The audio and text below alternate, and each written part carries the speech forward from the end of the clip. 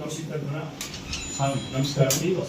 మా యొక్క ఆహ్వానాన్ని మన్నించి తమరంతా ఇక్కడికి నెల్లూరు నుంచి వచ్చినందుకు మా కృతజ్ఞతలు.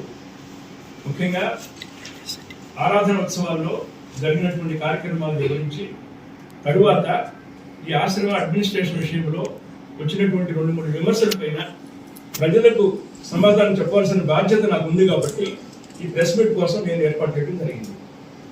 మిత్రుల్లో నేను ఒకరు ఫోన్ చేసి, మీరు ఆరాధన ముందు ప్రెస్ మీట్ పెడతారు కదా, ఈసారి పెట్టలేదు, ఇప్పుడు ఎందుకు పెడుతున్నారని అడిగారు. వాస్తవం.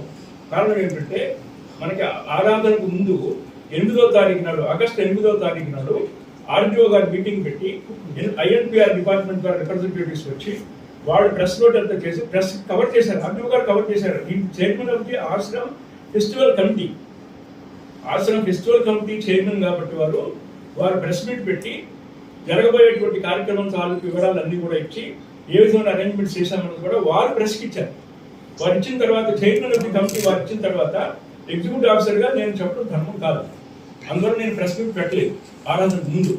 తర్వాత కూడా ప్రెస్ మీట్ ఏంటంటే, మామూలుగా అయితే ఆరాధన అరేంజ్మెంట్స్ మీ అందరికీ తెలిసిన వాళ్ళు ఎవరైతే ఉన్నారో వాళ్ళు చూసిన వాళ్ళ వరకు తెలిసి ఉంటుంది, అవసరం లేదు. కానీ వచ్చినటువంటి విమర్శలకి సమాధానం చెప్పేటువంటి బాధ్యత నా పైన ఉంది కాబట్టి నేను తమరందరినీ రిక్వెస్ట్ చేయడం జరిగింది. తమరంతా కూడా మా మాట మన్నించి వచ్చినందుకు చాలా ధన్యవాదాలు. ఈ ఆశ్రమం యొక్క విషయం ఒక 5 నిమిషాలు నేను ఆశ్రమం యొక్క స్థితి ఏమిటి, దీని యొక్క ఈ సంస్థ యొక్క స్థితి ఏమిటి చెప్పిన తర్వాత నేను ఆశ్రమంలో చేసినటువంటి కార్యక్రమం కానీ డెవలప్మెంట్స్ కానీ నేను వివరిస్తాను. ఈ ఆశ్రమం అనేటువంటిది 1981లో మాస్టర్ ఎక్కిరాల